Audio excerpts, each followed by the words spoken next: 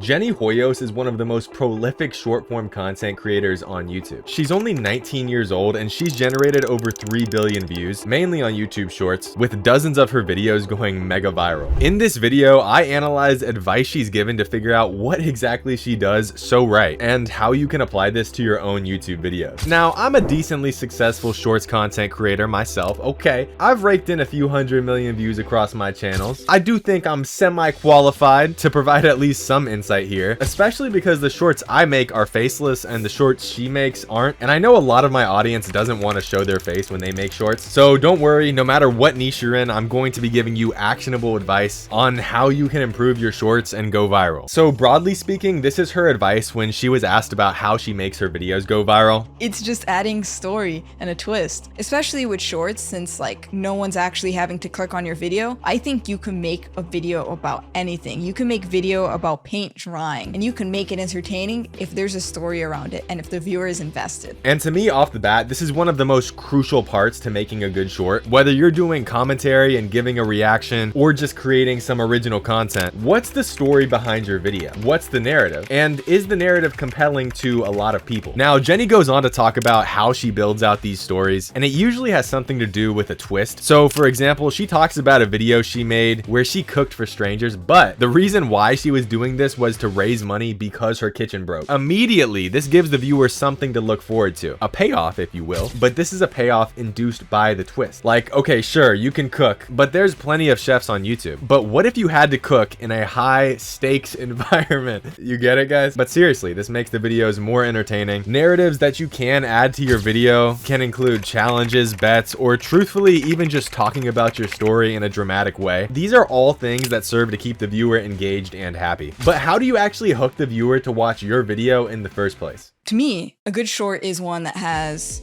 a strong hook. The way I like to explain it is if it could be used as a title and thumbnail on a long form, and like it will still get clicks, then it'll work for a short. You know, so the hook needs to be very visual. You need to understand it without even listening to it, and it needs to be so simple, like so simply said, like you said, explained to a 5-year-old. A huge mistake I see people making when they just start out is making their hooks too wordy. Now, depending on how long your short is, a 3-second hook could already be 20% of your video. The way I like to see it is that if you only have a very limited canvas space and you're trying to create the most beautiful painting, you're not gonna doodle some BS on it, right? Well, maybe some of you freaks would, I don't know. But no, you'd probably wanna make sure you're using every inch of that canvas to work towards your end goal. And that's exactly how you should view shorts. Nobody has the time, or quite frankly, the attention span, to hear you yap for 5 seconds without getting to the point. The hook has to be concise and easy to understand. And something important here to take note of is that she did say without the audio, the visual hook alone should be enough to draw the viewer in. So when you're making your videos, mute your videos, see if you're still interested just by watching your hook. Are your visuals eye-catching enough? Can somebody tell what's going on without even hearing you talk? Now, this is another interesting thing here I want you guys to pay attention to. Jenny said she actually puts her scripts through a readability checker, and what this tells her is the reading level of the script. So let's say, for example, it's 8th grade. She said she doesn't make any short with a reading level over 5th grade. And this might seem odd, I guess, unless you're in 5th grade, but think about it, right? You want to make your videos appeal to the most amount of people possible. And to do that, you need to make sure everybody understands you. In fact, she analyzed all of Mr. Beast's successful shorts. Now, you guys may not know who this guy is, but he's decently popular. But what she found was even more shocking, because after analyzing most of his popular videos, she found that his average reading level for his shorts was about 1st grade. So everybody being able to understand your short is a huge thing, and probably something that a lot of you guys are just not capitalizing on. Now let's talk about how to actually find what strategies work best for you. Bear with me because this clip is going to be a little bit longer, but it is worth listening to. Yeah, so I've also like deeply analyzed all of my videos, and I think that's where you learn the most. Everyone has different audiences. What works for Mr. Beast might not work for me, right? What I did is like I did my own little experiment. Like when I knew I wanted to get into shorts, I told myself I was gonna upload every day for as long as possible. And I think I only got like a week or two in. I didn't get that far, but the goal was essentially to upload as much as possible. Quantity is what makes quality. When I was doing that quantity, I would analyze my retention graph. And this is just like one example I'll just pull out for you. So There was one video after 5 days, I got, I think it was like 50,000 views in 5 days, right? Which on average, I usually get like 1 million. So I was not happy with the performance. And I pulled up the retention graph and I noticed on the last second, it was a huge dip. It was 70%. 1 second later, it was 45%. Like a 25% drop in 1 second. And the retention was 83%. So what I did was I went to YouTube Studio. I trimmed off that 1 second. YouTube removed this feature, by the way. YouTube, please bring it back. But just by removing that 1 second at the end, it went from 83% to 88%. And the video went flying. And that's why like every second counts on a short. Like every single second. Because when you think about it, let's say you have a 30-second short, right? If you lose 1 second, that's already 97%. That's 3 percentages.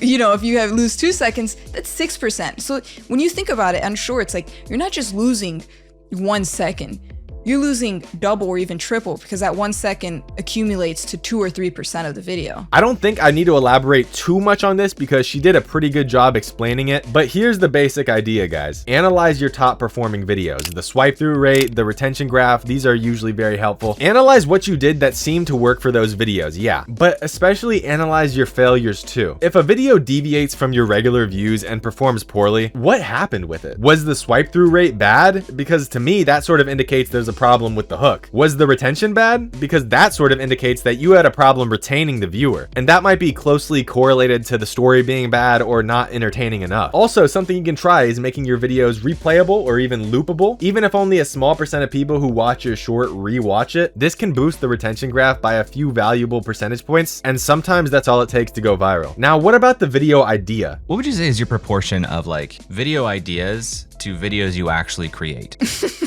Oh gosh. Right now in a Google Doc, I have a list of 1,000 ideas. Crazy. And I'm only doing 10. Not 1,000 hooks, 1,000 different video ideas that could each have multiple different hooks within them. Yes. I see a lot of people making this mistake. So sometimes people, especially if they're doing commentary shorts or something, they'll just scroll, find the first good video they see and make a video on it. And that's fine. That's cool. Nothing wrong with that, my man. But something you could try is being a little bit more picky with what you actually pull the trigger on. You know, if you made 5 scripts and chose the best one all the time, you might end up with a higher quality of video on your channel. Now, obviously you still need to upload consistently no matter what, but play around with this. If the script isn't really hitting to you, or you just have a bad feeling about it, it's okay to like, don't get me wrong, but it's also okay sometimes to just make another video. Do not feel obligated to post videos that you don't feel 100% about, even if you put a lot of work into them. Now, how long should you be trying to retain the viewers for a quote unquote good short? Well, I was in Patty Galloway's accelerator, and he showed some research that he had done to show like, depending on your short length, this is the bar for retention you should be shooting for.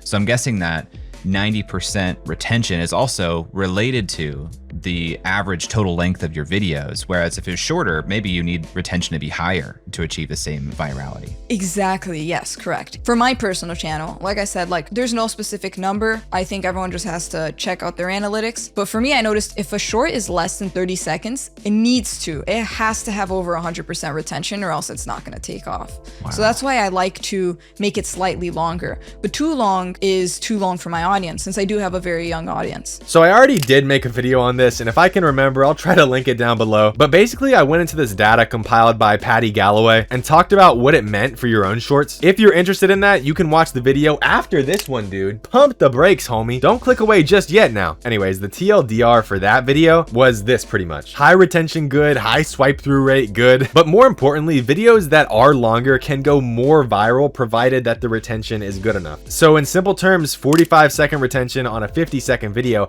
has the potential to go more viral than a 25-second retention on a 20-second video, even though you're keeping more people retained for more than 100% of the short length. And that's just because YouTube wants to keep people on their platform as long as possible, and that's why they reward your videos that retain viewers longer. Another great way you can retain viewers longer, like I said earlier, is just to have a good story. And Jenny says one of the most valuable things you can do is foreshadowing. Yes, I always have spoken time to foreshadowing it. Like, it doesn't matter what video idea it is. Like, let me just pull up like a random idea. Like, like, I'm going to the beach, right? And then it's like, why would someone watch? So that's the hook. I'm going to the beach. And what's the foreshadow? I'm going to the beach and I'm gonna surprise someone with $100 at the end of the video. It could literally be with anything. It just needs to have some sort of expectation. So keep that in mind when you're making your shorts. Whether it's your own original content or content you're just transforming, the viewer would be watching to the end because there's some sort of expectation, right? Some sort of payoff. And she had some more great advice when talking about how to retain the viewer with a script. It's just like problem, solution, or but therefore storytelling. But therefore storytelling, simply put, is